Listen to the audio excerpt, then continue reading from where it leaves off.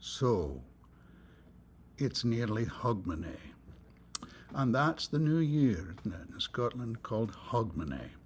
And on the eve of Hogmanay, you are going to join with those millions, if not billions, of other people and recite a piece of Robert Burns' poetry.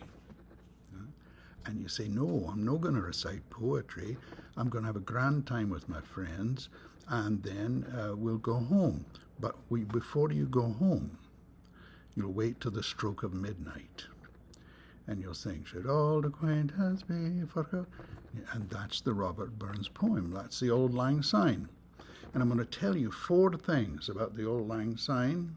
Perhaps you didn't know, perhaps you did, and you can share them with your friends. 4 things. First of all, there's no days of Auld Lang Syne. The Americans have put that in because it fits a sort of a tempo there. And days of Auld Lang Syne, but in the original, it should old acquaintance be forgot and never brook to mind, should old acquaintance be forgot, and Auld Lang Syne. Auld Lang Syne means the old times since.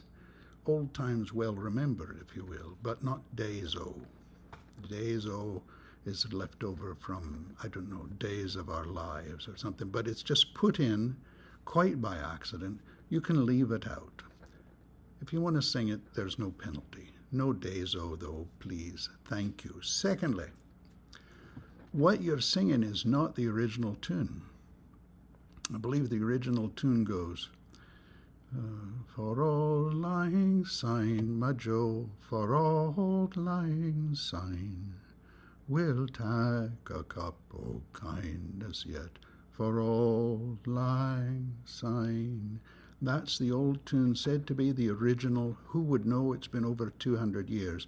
But what we sing, should old acquaintance be forgot, is not a tune that Burns would have been familiar with, and it is probably an adaptation of Auld Lang Syne arranged by a very popular band of the 1930s and 40s, and they actually a Canadian group who were very popular at the stroke of midnight playing Auld Lang Syne. Their rendition, which was easier to sing for Americans, Canadians, and those from the United States of America. And so it became very popular, and people tweaked it here and there, but that's not the original tune. It's okay to sing it anyway. If you want to know exactly what it sounds like, you could get on the computer and Google the the Kennedy Center, Lincoln Center Honors for Sean Connery. And there, Maury Campbell sings a beautiful rendition of the original tune. But if everybody wants to sing the Royal Canadians version, join in. That's the most important thing. Join in the song. 3, Burns didn't write it. No, Burns wrote a memoir in his first collection of poetry, which he gathered from around the country.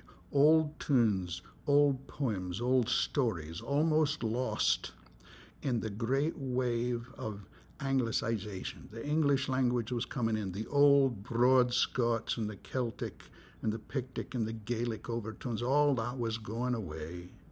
And at the last minute, Burns took some of his very precious, very creative life and went around the country and gathered the old songs and the old tunes and the old poems and preserved them.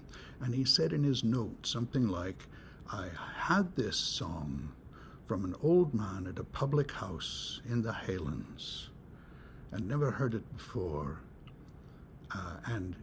So I preserve it here.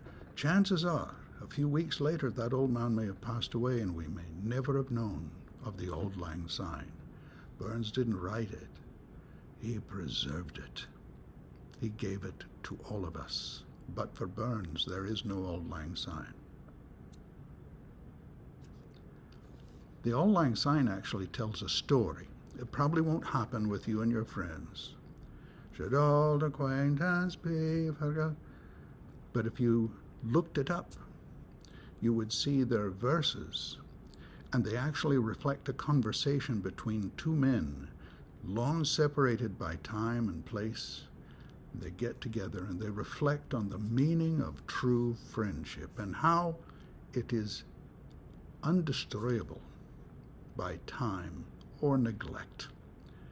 And I did a piece with my friend Kevin Qualls a few years ago about Hogmanay, and in it we tell you the whole story of the Auld Lang Syne. But it is a story, not just a song to sing before you drag your friend back to your rooms and tuck him up in bed because he's had a wee bit too many, and make it a fond memory for another year. It's a story. Learn the story.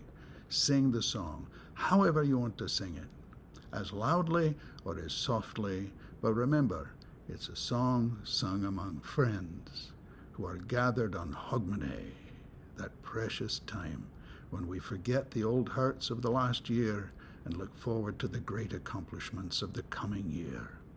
Happy Hogmanay.